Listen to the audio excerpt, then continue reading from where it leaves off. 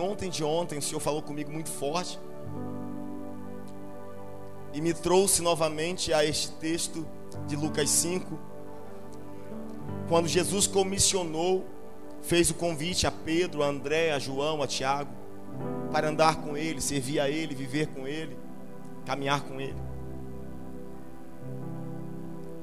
O Senhor me deu uma palavra sobre isso e eu queria ler este texto com você. Do versículo 8 em diante diz bem assim: quando Simão Pedro viu isso, prostrou-se aos pés de Jesus e disse: afaste de mim, Senhor, porque sou um homem pecador. Pois ele e todos os seus companheiros estavam perplexos com a pesca que haviam feito, como também Tiago, João, os filhos de Zebedeu, sócios de Simão. Jesus disse a Simão: não tenha medo, de agora em diante você será pescador de homens. Eles arrastaram seus barcos para a praia, deixaram tudo e o seguiram. Destes versículos eu quero abordar somente dois. O primeiro versículo que vamos abordar já é o 8. E também a parte B do versículo 10. Mas antes de abordar os versículos, quero te relembrar rapidamente por que Pedro teve esta reação. Pedro disse assim: afasta de mim, Senhor. Por que ele teve essa reação? Você conhece a história, eu não vou me aprofundar, só para poder pincelar, para introduzirmos a mensagem de hoje. Você sabe que Jesus chegou até a praia, Mar da Galileia, onde Pedro estava lavando a rede com André, seu irmão. Ele estava cansado, fadigado, decepcionado, frustrado por um trabalho que ele fez e ele não conseguiu ganhar nada.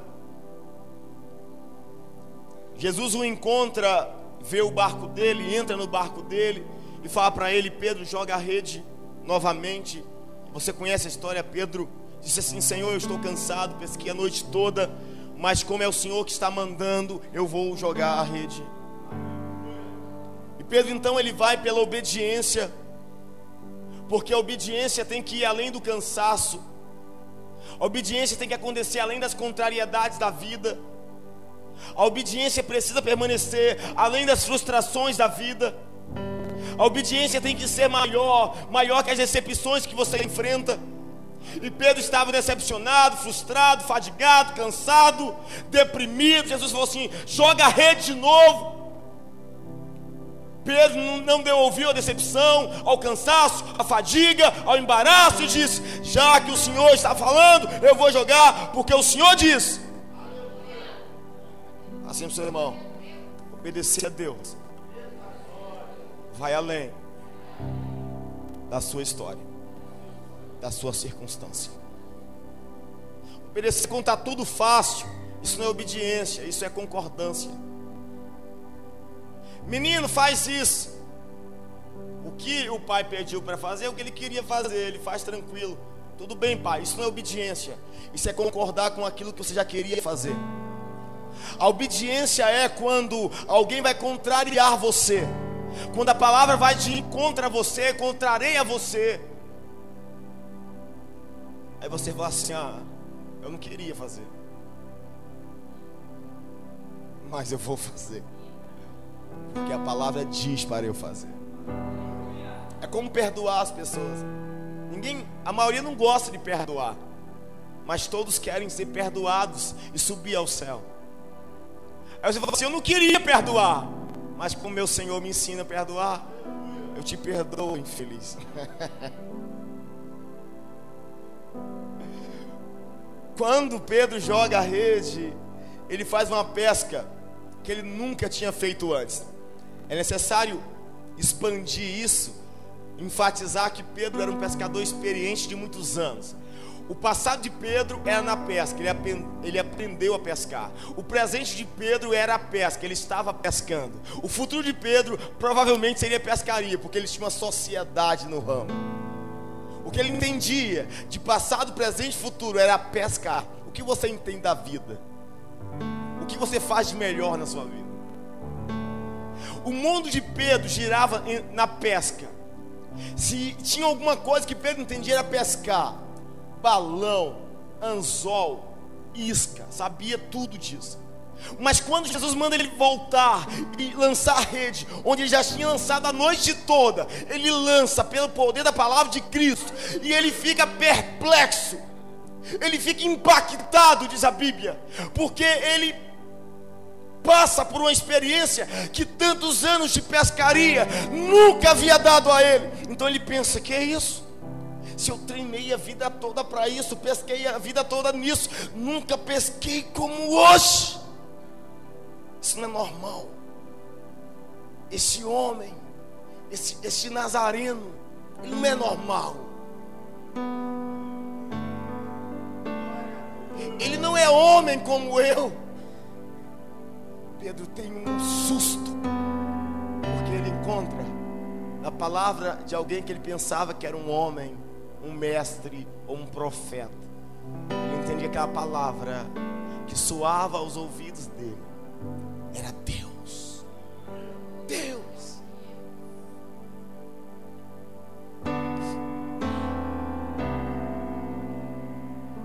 Quando Pedro ouve isso, quando Pedro vê a pesca maravilhosa que faz, ele fica espantado. E aí ele vai ter um sentimento de reconhecer quem ele era perante a Deus. Pedro, nesse momento, ele descobre, ele se redescobriu, ele se identificou como alguém que não tinha mais jeito. Eu vou te mostrar isso. Pedro, quando percebe o que Deus está fazendo, quando percebe que Jesus, Deus está com ele, está perto dele, está falando com ele, está se importando com ele, Pedro, ele tem um sentimento de alguém que não tem mais jeito. O tema da mensagem é esse aqui, libera para mim. Põe um tema, congela e não mexe em mais nada. Pode congelar e não mexe mais nada. O tema da mensagem é esse aqui. Para quem não tem jeito, Jesus tem um jeito.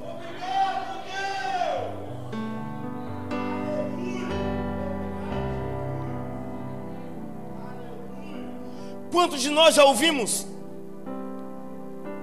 alguém falar, ou já conhecemos alguém que todos diziam, a família dizia, os amigos diziam, ele mesmo dizia: eu não tenho jeito. Você conhece alguém que não tinha jeito? Você conhece alguém que não tem jeito? Todos nós já ouvimos uma frase, uma expressão pesada, maliciosa, uma palavra maldita, que as pessoas dizem assim: olha, fulano não tem mais jeito. É um caso perdido. Você já ouviu alguém, já conheceu alguém que todos diziam: é um caso perdido. Esses dias eu fui em uma comunhão, igreja. Quando é comunhão é igreja, eu não comungo com o mundo. Eu não sento em mesa de Deus e mesa de demônios. Comunhão para mim é Deus, é Cristo, pessoas, vida. E fui a uma comunhão. Foi impressionante. E uma irmã tinha sentido falta dos pastores. E perguntaram: cadê os pastores? Aí disse assim: o pastor, ou os pastores, está evangelizando sua mãe. E uma moça falou bem assim: oh meu Deus, mamãe é quase um caso perdido. Está tomando o tempo do pastor. Eu ouvi e falei, meu Deus, essa aí deve ser muito, muito fera. Você conhece alguém, um caso perdido na sua família? Aquele que você não quer nem mais falar. Você tem um caso perdido assim? Tem gente que, sabe, apronta tanto, desiste tanto, que a gente fala, não quero mais.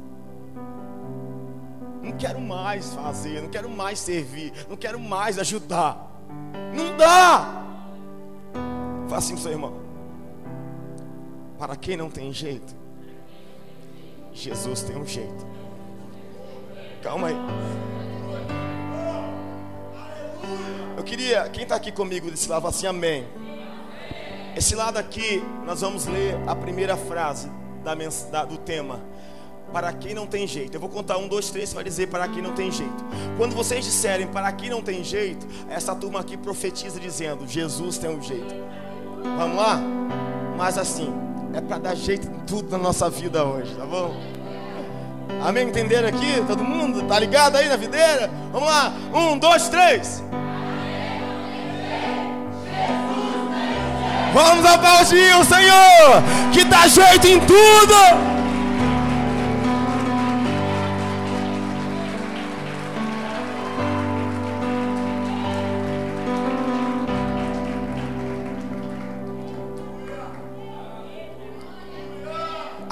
A Bíblia está repleta de pessoas que não tinham jeito.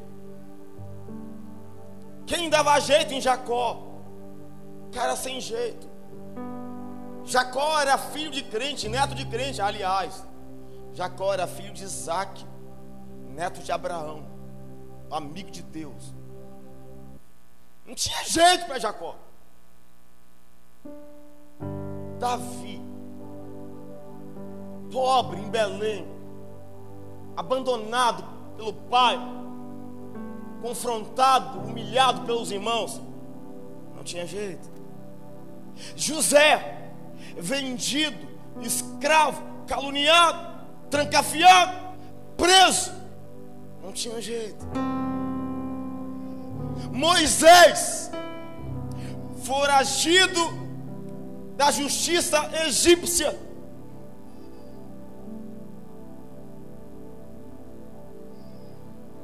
vai para o deserto.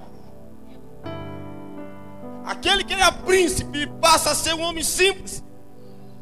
Deus aparece e fala, eu quero te usar. Ele diz assim, não tem jeito não, senhor, eu sou o gargo.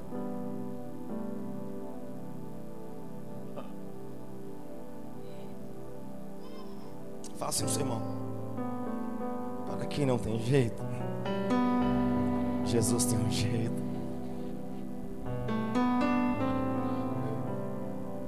Jesus tem um jeito.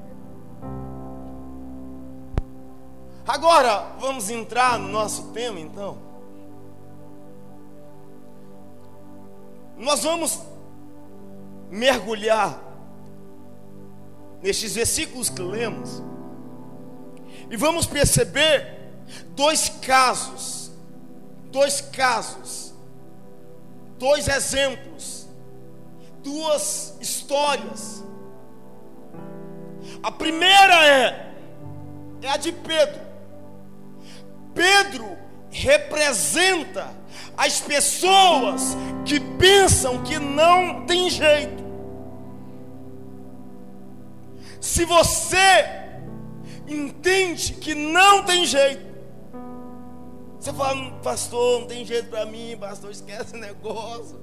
Você está tentando com a pastora, mas eu não quero, eu não vou, eu sou ruim, eu sou péssimo, eu sou péssima, não tem jeito para mim. E escute aí, Pedro aqui é a representação daqueles que pensam que não tem mais jeito. Caso perdido. Vamos perceber comigo aqui, por favor.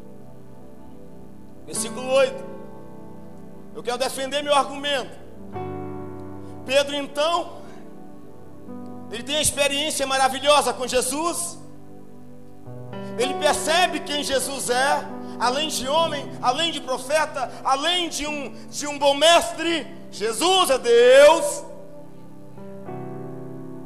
E diz a Bíblia, quando Pedro viu isso, prostrou-se aos pés de Jesus e disse: afasta de mim, Senhor, porque eu sou pecador. Pedro aqui, ele está caindo em si. A ficha caiu. Ele reconheceu quem ele é perante a Deus. Pedro aqui está admitindo que ele é um homem caído. Pedro está admitindo o seu estado pecaminoso. Pedro está admitindo: eu não mereço estar na companhia de Deus. Eu sou pecador. Eu sei quem eu sou. Pedro está dizendo: ninguém precisa mais jogar na minha cara. Eu sei quem eu sou. Eu admito meus pecados. Eu admito quem eu sou. Deus quer trabalhar com Jacó. Quando Deus quer trabalhar com alguém, Deus vai separar para trabalhar individualmente com esse alguém.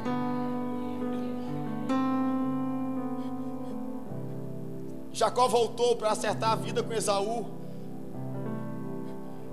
Jacó tinha medo que Esaú o matasse depois de tantos anos. Diz a Bíblia que Jacó, ele se organizou em caravanas e colocou alguns escravos na frente e foi colocando os filhos em uma ordem, outros filhos na segunda linha, outro na terceira linha. O que ele mais amava ficou por último, porque ele dizia bem assim: se Esaú vier e me atacar, talvez dê tempo para que meus filhos se livrem. Diz a Bíblia então que Jacó pediu aos filhos, às famílias, as linhas que ele preparou, que ele organizou, e disse: vão na minha frente. E todo mundo atravessou o vale de Jaboque. E diz a Bíblia que quando Jacó ficou sozinho, ele ficou sozinho. Todo mundo foi na frente, ele ficou sozinho. Diz a Bíblia então, o anjo desceu. E o anjo é a teofania de Deus. E você sabe muito bem o que Deus fez para poder transformar Jacó. Jacó lutava, Jacó brigava, e o anjo disse: me deixa, o sol vai raiar. E ele disse: não, eu não vou te deixar até você me abençoar. Então o anjo vai e toca, fere as articulações de Jacó. E o anjo fala para ele: quem é você? Qual é o seu nome? Você acha que Deus não sabia o nome de Jacó? Você acha que Deus não sabia quem era Jacó? Deus está perguntando, não é no intuito de quem não sabe. Deus está perguntando, é no objetivo de ouvir do pecador quem é ele mesmo, reconhecer quem é. Quem é você? Ele disse: meu nome é Jacó. Quando ele fala isso, ele está reconhecendo: eu enganei meu irmão, enganei meu pai.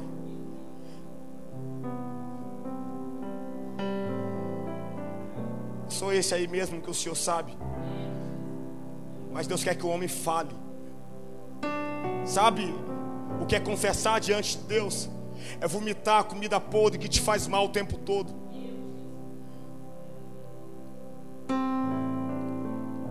Confessar diante de Deus significa vomitar a comida que te faz mal, que ataca a sua úlcera espiritual, que traz gastrite espiritual. Enquanto você não confessa, não admite, não vomita quem é você, o que você era, quem você era, as coisas não mudam.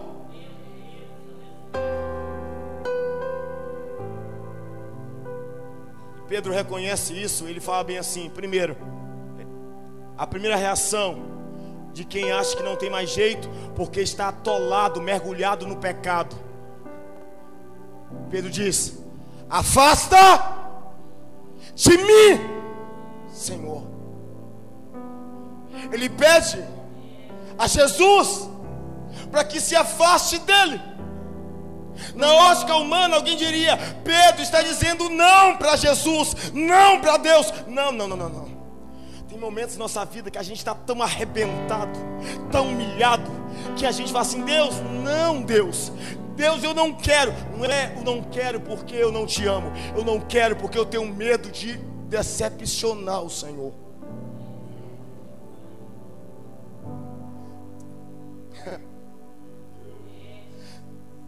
Eu morava em André Carlone, eu tinha 22 anos. Eu era o menino do carnaval. Todo ano eu estava no carnaval com minha família, desgraçando com minha casa. Um ano antes de me converter, uma jovem chamada Andressa, que era minha vizinha, e a mãe dela cuidava do Vlainer quando criança. Eu passei na praça em André Carlone e ela me entregou um panfleto da Igreja Batista Monte Sião, o pastor Jorge. E ela falou bem assim: Wagner, nos faz uma visita, vai ter rede jovem. E eu peguei na mão dela porque eu a respeitava, porque era alguém que estava cuidando do meu filho. E falei: tudo bem, obrigado, Andressa. E quando ela virou as costas, eu amassei, joguei fora. No mesmo ano eu fui para o carnaval e quase destruí minha família. Aliás, eu destruí, foi Deus que restituiu. Quando eu voltei para cá, para André Carlone. Eu e minha esposa voltamos para o mesmo apartamento, mas já tinha um mês que nem nos falávamos mais. E Deus dizendo ao meu coração, e o convite daquela menina. Eu falei assim: eu quero esse Deus, eu quero Jesus. Mas sabe o que eu fiz? Fiquei um mês em casa, trancado, sozinho. Trabalho, casa, só chorando dentro de casa. Minha esposa achou que eu estava maluco, talvez. Como na época não tinha ainda esse alarde tão grande de depressão, então não foi diagnosticado depressão.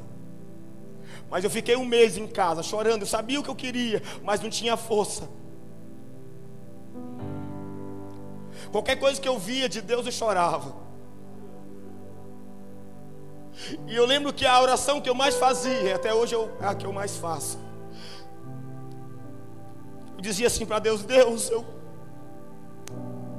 sei o que é melhor para mim, mas eu não posso, porque eu tenho medo de decepcionar o Senhor. Eu gritava no meu quarto e dizia: Deus, eu não quero ser mais um adúltero dentro da igreja. Eu não quero ser mais alguém que começa e para. Porque eu já tinha convivido com muita gente que entrava e saía, e eu tinha medo de fazer a mesma coisa.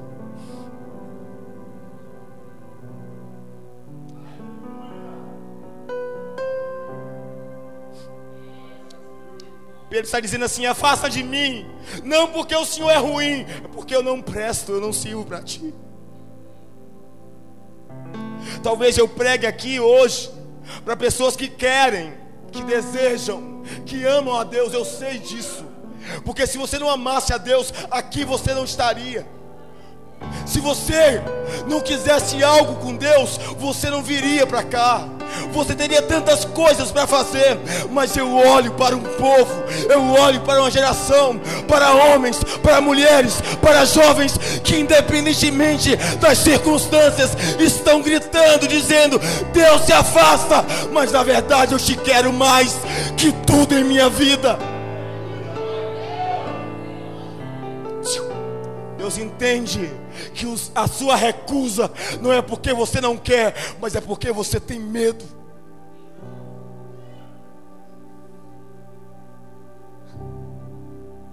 Você tem medo.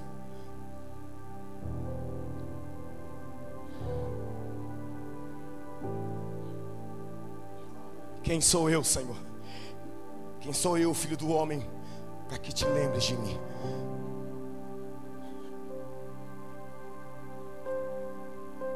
A reação de Pedro: afasta de mim. Ele estava dizendo bem assim: Jesus, eu reconheço que hoje eu sou o antônimo do Senhor. Eu sou o oposto do Senhor. Eu sou o inverso de tudo que o Senhor é. O Senhor é o amor, eu sou ódio. O Senhor é a paz, eu sou a guerra. O Senhor é o perdão, eu sou o rancor. O Senhor é bom, eu sou ruim. O Senhor é luz, eu sou trevas. O Senhor é puro, Jesus, eu sou sujo. O Senhor é perfeito, eu sou imperfeito. O Senhor é forte, eu sou frágil. O Senhor é poderoso, eu sou passageiro. O Senhor é o perdão, eu sou o pecado. Pedro estava dizendo assim: Senhor, até que eu queria ser o seu sinônimo, eu queria ser o seu semelhante, eu queria ser igual ao Senhor, eu queria ser parecido com o Senhor. Mas hoje eu reconheço, eu admito, eu sou o antônimo, eu sou o oposto de tudo que o Senhor é. Ele estava dizendo bem assim: Jesus, se afasta de mim, porque eu reconheço que eu não te mereço. Eu não sou digno que o Senhor ande comigo. Eu não quero machucar o Senhor, eu não quero decepcionar o Senhor, eu não quero enganar o Senhor. Jesus, se afasta de mim. É melhor para o Senhor de que ter alguém como eu do seu lado. É assim que você se sente?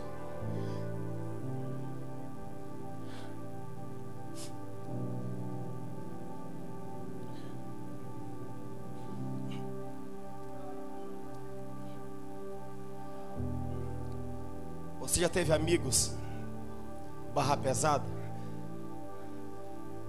Você já teve amigos ou amigas que sua mãe dizia, seu pai dizia: pelo amor de Deus, meu filho, minha filha, não ande com esse pessoal, não ande com esse menino, filho do ciclano, não ande com essa menina, filha da ciclana, ela não presta, não vale nada, é caso perdido. Minha filha, não ande, não ande. Você já ouviu seus pais dizer isso para você? Ou foi só para mim? Todo pai diz isso, todo pai, toda mãe diz isso. Foi exatamente isso que Pedro estava dizendo: Jesus, não anda comigo, não anda comigo, eu sou ruim demais, Jesus. Eu lembro que quando, na minha adolescência, eu sempre fui popular por causa do futebol, esporte, capoeira, tanto esporte que eu pratiquei na minha vida. E minha mãe dizia: menino, você não vai andar com o tal fulano, tal ciclano. Eu falava: mãe, fica tranquila, não se desespere. E sabe o que eu fazia? Eu andava. E tinha um moço na Bahia, ele é vivo ainda. Esse moço é um milagre, ele está vivo porque Deus tem um propósito na vida dele. Ele era o mais queimado. Ele era alguém manchado e rotulado de perdido, alguém que não tinha solução, não tinha jeito. Todo mundo dizia: ó, fulano não tem jeito, fulano não tem jeito. Aí eu me aproximei dele. Na época ele estava envolvido em várias questões. Então, se havia um roubo lá na minha cidade, pequenininha, se havia um roubo, dizia: foi fulano. A polícia batia na casa dele. Alguém invadiu a farmácia, ia na casa do fulano. E eu pensei: você é amigo do fulano.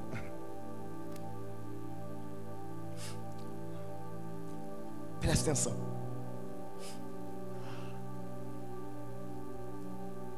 Ele era o mais queimado da cidade.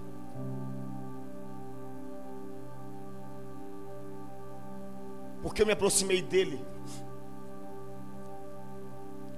Ele nunca, esse moço nunca disse assim: usa droga, vende droga, nunca. Quando ele tinha drogas, eu não sabia. Ele falava assim: Wagner, hoje não anda comigo não, porque você é um cara bom e eu posso te prejudicar. Ele fazia isso comigo. Eu andava com ele. Nunca usei droga, nunca fiz nada que ele fez. Eu não desprezei ele, porque ele era, pelo que ele fazia e pelo que ele vivia. Passou muitos anos e ele foi preso várias vezes. E hoje, quando eu volto em Caravelas, sempre que eu vejo, ele sempre fala bem assim: cara, você nasceu para isso. Ele fala assim: cara, você foi o único que nunca me desprezou pelo que eu era. Às vezes ele está no meio da galera dele, ele fala assim: cara, respeita esse cara aqui. Gente, respeita esse cara aqui. Esse cara aqui nunca virou as costas para mim, mesmo sendo quem eu era. Ele me honra hoje. Foi isso que Pedro sentiu. Pedro dizia: Jesus, não anda comigo não. É melhor o Senhor estar longe de mim. Eu posso decepcionar o Senhor. O que Jesus fez? Eu quero você. Sabe por quê? Sabe por quê? Jesus, homens se influenciam com homens, mas Deus influencia homens para a glória dele. Jesus é maior que as feridas de Pedro. Jesus é maior que os problemas de Pedro.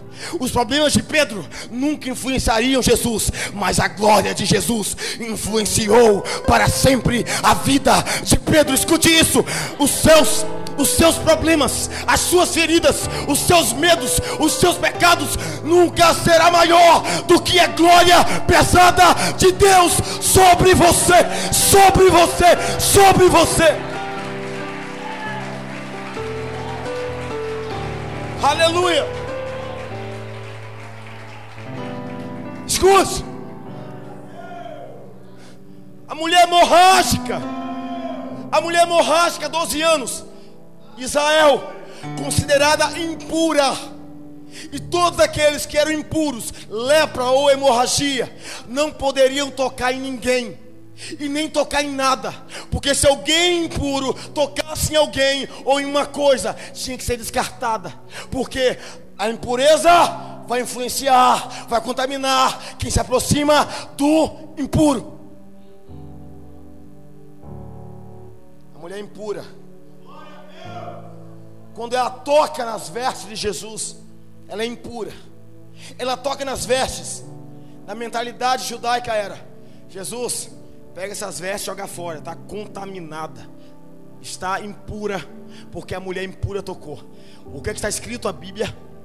A Bíblia diz que quando ela tocou, diz a Bíblia assim: então saiu sujeira, saiu impureza, saiu contaminação e impregnou Jesus. Está escrito isso?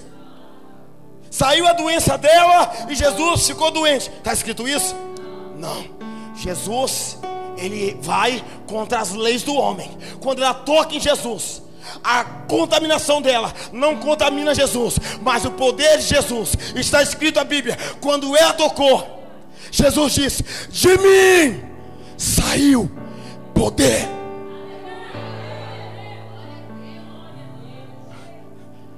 Saiu poder, e o poder foi para a mulher.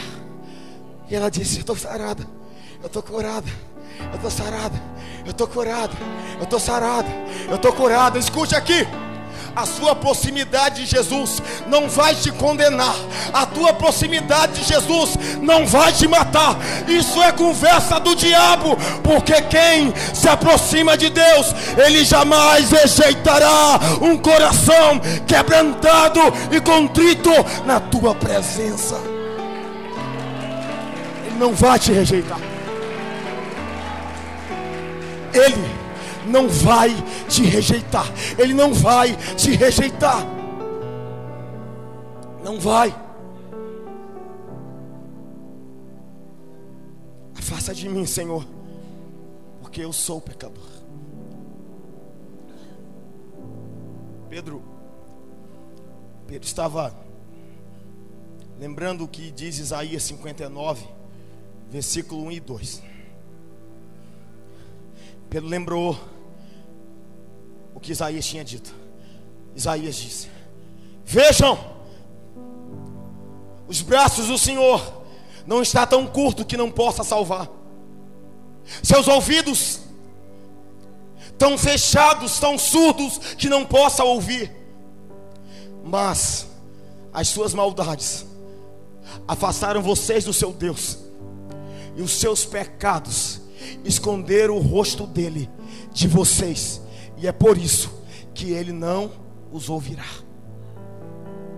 Pedro sabia que os nossos pecados nos afastam de Deus. Mas você lembra quando Jesus foi anunciado pelo anjo Gabriel seu nascimento? E Maria disse assim: como pode acontecer isso? E o anjo falou bem assim: tranquila, Maria, ele vai nascer, e o nome dele será Jesus. E se Maria perguntasse por quê, o anjo disse: porque ele salvará o seu povo dos seus pecados. Seus pecados já foram perdoados na cruz do Calvário. Fala assim pro seu irmão: não se afaste não, ele já te perdoa.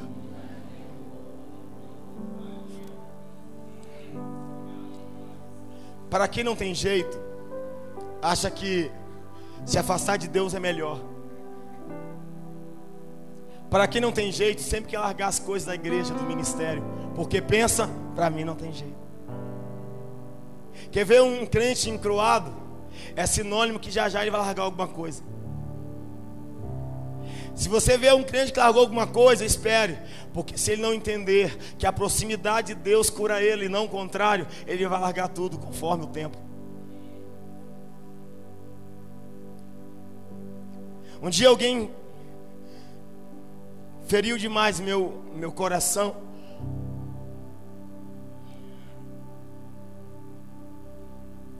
Porque eu me senti limitado, impotente pelo que eu ouvi. Alguém foi embora do ministério e me disse assim um dia, no congresso da família. Vocês estavam vendo eu ali, alegre, sorrindo. Aquele dia eu levei uma pancada muito forte. Pessoas que a gente ama, que a gente dá a vida. E eu perguntei: como você está? Você está bem? Estou bem. Falei: que bênção, que bom. E como está na outra casa? Muito bom. Eu falei: é mesmo? O que tem sido muito bom lá? E eu ouvi bem assim: porque eu passei tantos anos caminhando com o Senhor, mas agora, em pouco tempo caminhando em outro lugar, eu fui curado. Encontrei a cura. Talvez eu encontre ainda mais. Aquele dia me arrebentou muito. Eu consegui ainda levar a festa, sorrir com vocês, mas eu fui para casa acabado, destruído, e falei: meu Deus, eu sou um porqueira de um pastor. Sou o pior pastor que o mundo já viu. Consegui andar com pessoas tanto tempo e não consegui fazer nada, não consegui influenciar nada, não consegui servir em nada, não consegui ser benefício em nada. Eu sou imundícia de pastor. Fui para casa machucado. Só que meu espírito, reunindo com o espírito do nosso Pai, na madrugada o Senhor disse assim para mim: você lembra de Judas? E eu, chorando, destruído, sim, Senhor. Você lembra quem era o pastor de Judas? Eu falei: sim, Senhor. Você lembra dos outros 11 que andavam com Judas? Sim, Senhor. Quem era o pastor dos 11? Jesus. E Deus me disse: O problema, o poder e a fraqueza estavam em quem? Judas se suicidou porque Jesus foi fraco. Será que Jesus só conseguiu ajudar os 11? E para Judas, Jesus não conseguiu fazer nada? Deus falando comigo. E o Senhor disse: meu filho,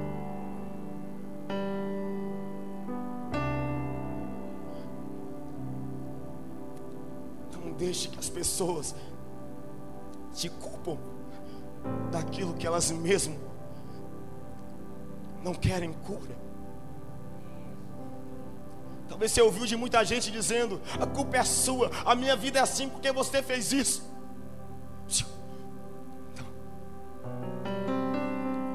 Jesus cuidou de Judas também.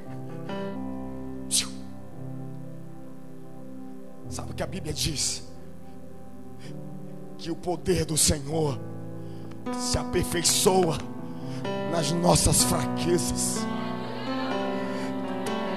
Jesus é tão forte para curar você também, sua família, seus filhos, suas finanças, seu emprego, sua profissão, sua casa, tudo que você tem. Jesus tem poder, Jesus é soberano, Jesus é onipotente, Jesus é poderoso.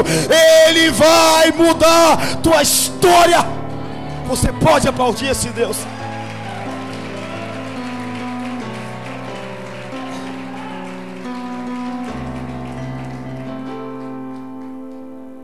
Aleluia.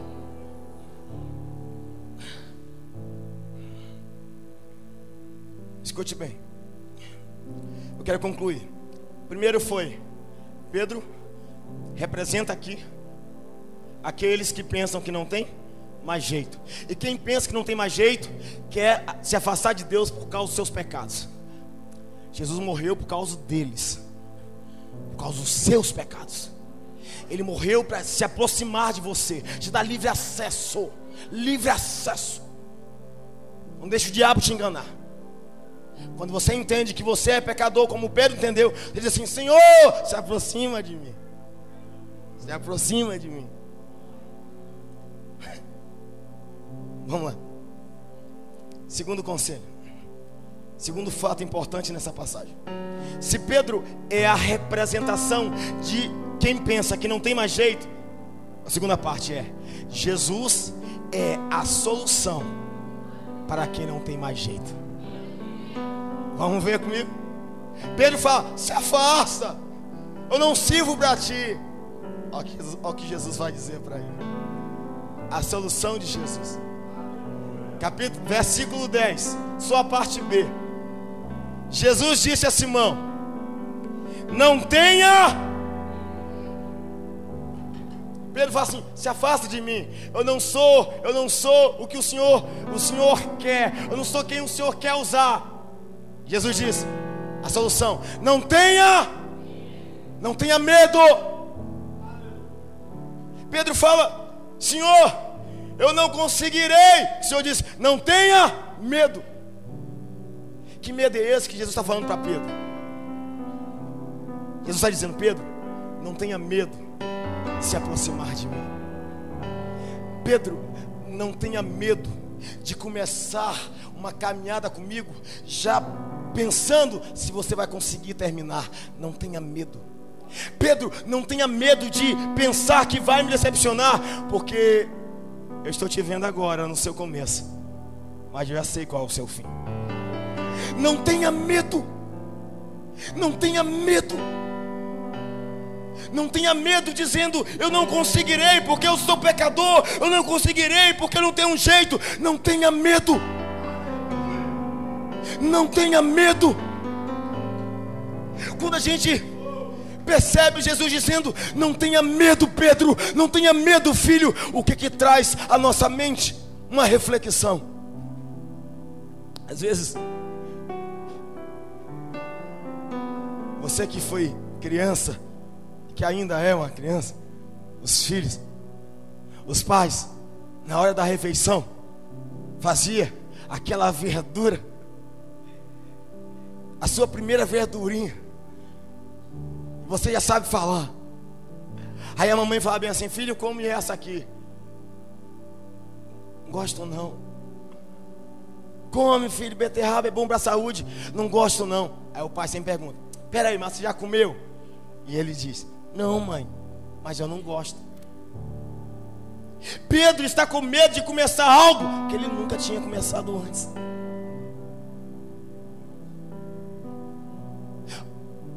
Pai, eu não gosto, mas você tem que comer.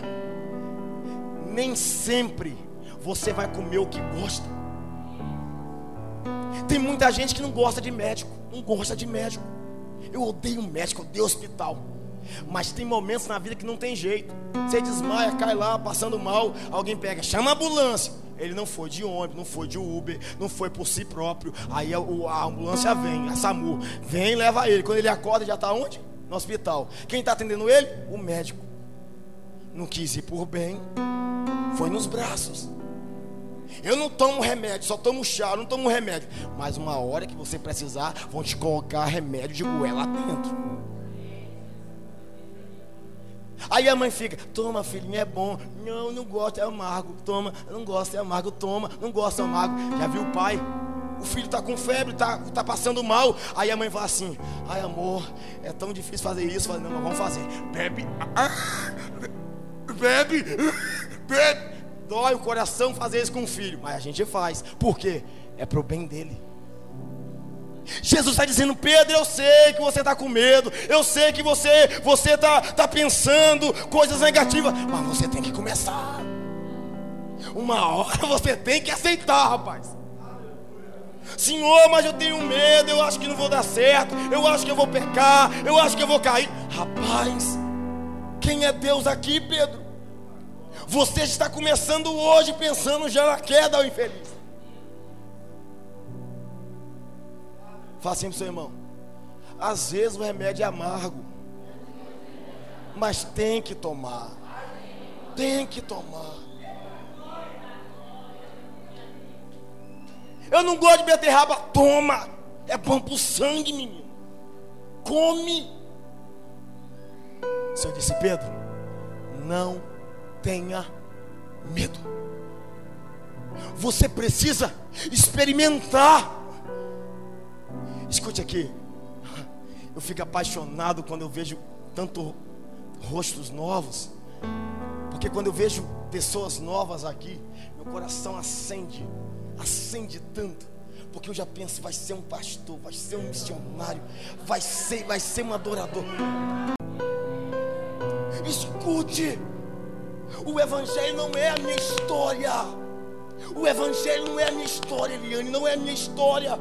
A gente tem que entender isso. Nunca foi sobre nós. Nunca foi. A gente fica, Bel, nessa questão de: eu não vou porque lá é assim, eu não vou porque as pessoas... Nunca foi sobre nós. As pessoas se afastam dos outros porque pensam que é tudo sobre elas. Aí viu, amor, como fui na igreja hoje? Eu entrei, as pessoas quase não falaram comigo. Você acha que é sobre você? Se tiver 3 pessoas conversando e não te ver, você já diz: essas pessoas da igreja, esses crentinhos são falsos. Escute, a história principal, Isabela, nunca foi sobre nós. Vou te falar, te ensinar alguma coisa séria. Existem 2 histórias no meio de Deus. 2. Existe uma história universal e eterna, que é a história da salvação, a de Deus. Existe outra história, a segunda é a história individual de quem serve a Deus. Está entendendo? Nunca terá uma história de alguém que serviu a Deus, que virou maior do que Deus. Não existe. Abraão, amigo de Deus, ele está registrado em um livro que é a palavra de quem? Abraão foi grande? Foi. Mas no livro de Deus ele foi mais um homem que Deus usou.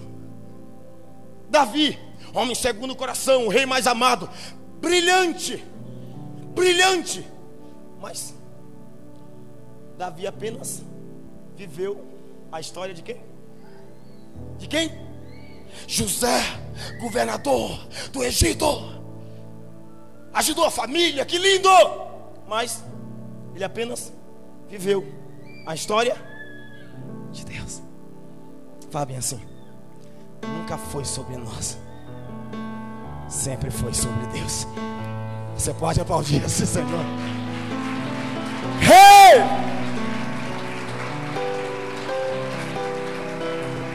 Você precisa experimentar da glória. Experimente, levante suas mãos assim. Jesus disse: não tenha medo. Ou seja, Pedro, Salmo 37, verso 8 diz: venham e vede que Deus é bom. Para que você veja que Deus é bom, você precisa vir, experimentar, saborear. Se você vir, você nunca mais vai desejar estar em outro lugar, porque não há lugar melhor que a presença de Deus.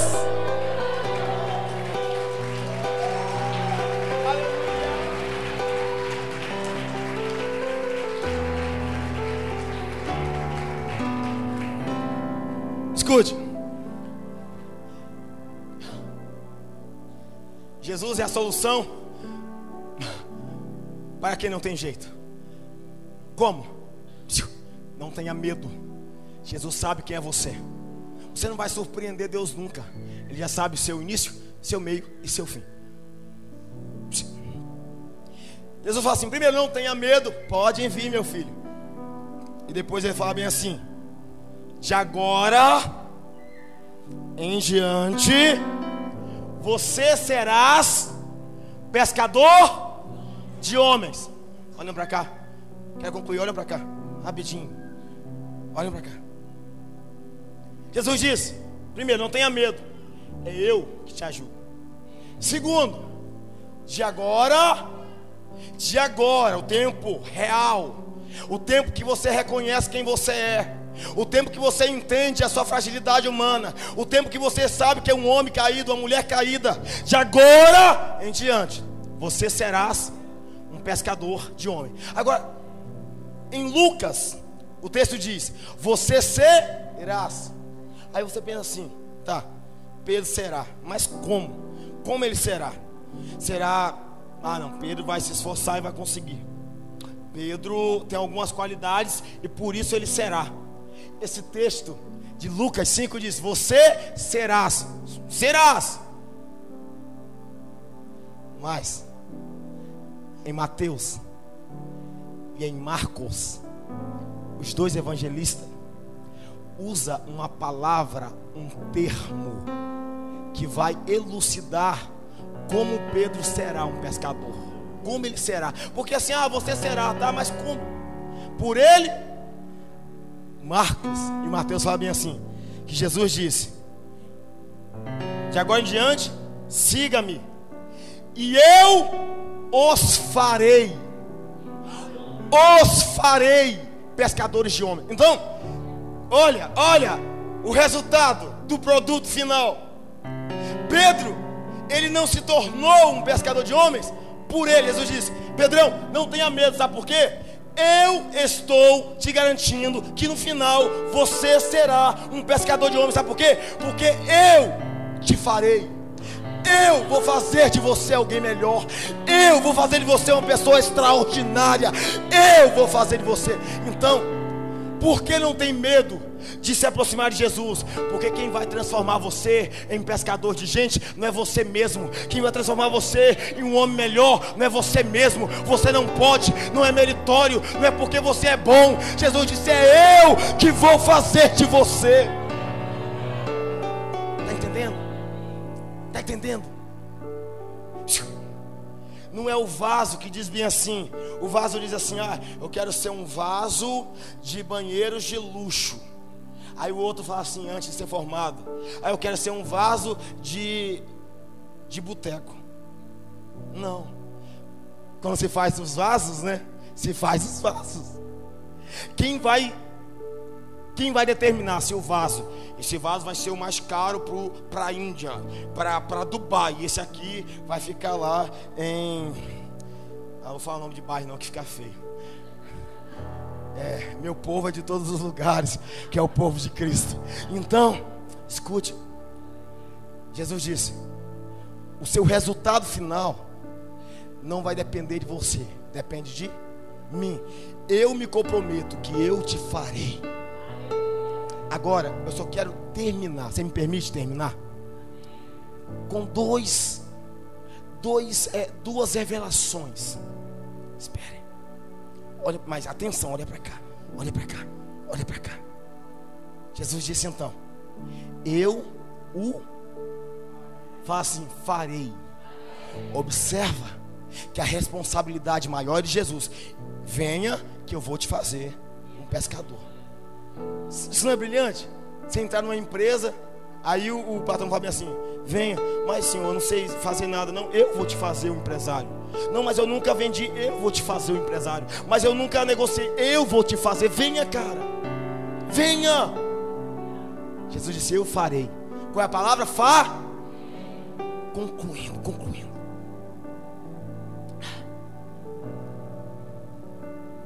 Jesus está há 2000 anos, um pouco mais, de Abraão. Tinha passado muitos anos, milhares de anos, né? 2000 mais ou menos, mais um pouquinho, quando Abraão viveu. Olha para cá. Em Gênesis conta a história de Adão, Abraão também. Lá em Gênesis 1, quem está aqui diga amém. Então presta atenção, essa é para concluir com glória, hein? Lá em Gênesis 1, Jesus fez as árvores, os frutos, os animais, os peixes, disse: haja luz. A luz foi sol e lua, estrelas. Aí em Gênesis 1, versículo 26, estava tudo pronto. Aí Deus disse bem assim: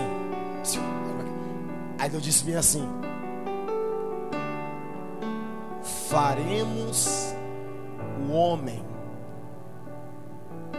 à imagem e semelhança de Deus.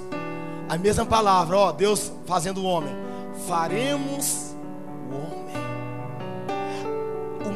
A mesma palavra que Jesus fala assim: eu farei você, Pedro, um pescador de homens. Deus usou lá no jardim dizendo: Deus, Jesus e o Espírito Santo disse assim: faremos o homem. Você vê que a obra é do Criador. Calma, tem que ter mais um glória mais forte aí. Em Gênesis 12, Giovanni, Abrão tinha perdido o pai, estava órfão, tinha 75 anos, sem filhos, tinha dinheiro, mas não tinha o que ele sonhava, que eram os filhos. Aí Deus vai chamar Abrão, e Deus fala bem assim: Abrão, sai da sua terra, da sua parentela, vai para o lugar que eu te mostrarei. Você conhece isso? Aí o Senhor fala bem assim, no versículo 2, Abrão, capítulo 12: e eu farei de você, e eu farei, ó, de novo, ó, farei de você pai de multidões. Abraão era velho, idoso, a mulher era estéril. Para que Abraão fosse pai, dependia dele? Não. Então Deus disse: depende de mim, eu farei você. Ó, alguém fala assim: Abraão foi perfeito? Não foi. Deus bancada, falhou. Mas Deus disse: eu disse que ia fazer e eu fiz. Quem é Abraão hoje? Israel vem de quem? De Abraão. Porque Deus disse: eu farei. Se ele diz eu vou fazer, porque ele vai fazer. Ele vai fazer. Para de ter medo. Eu não sei se eu vou conseguir. Você vai. Se Jesus disse você vai, porque eu farei, ele vai fazer. Ele vai fazer. Ele vai fazer. Ele vai fazer. Ele vai fazer.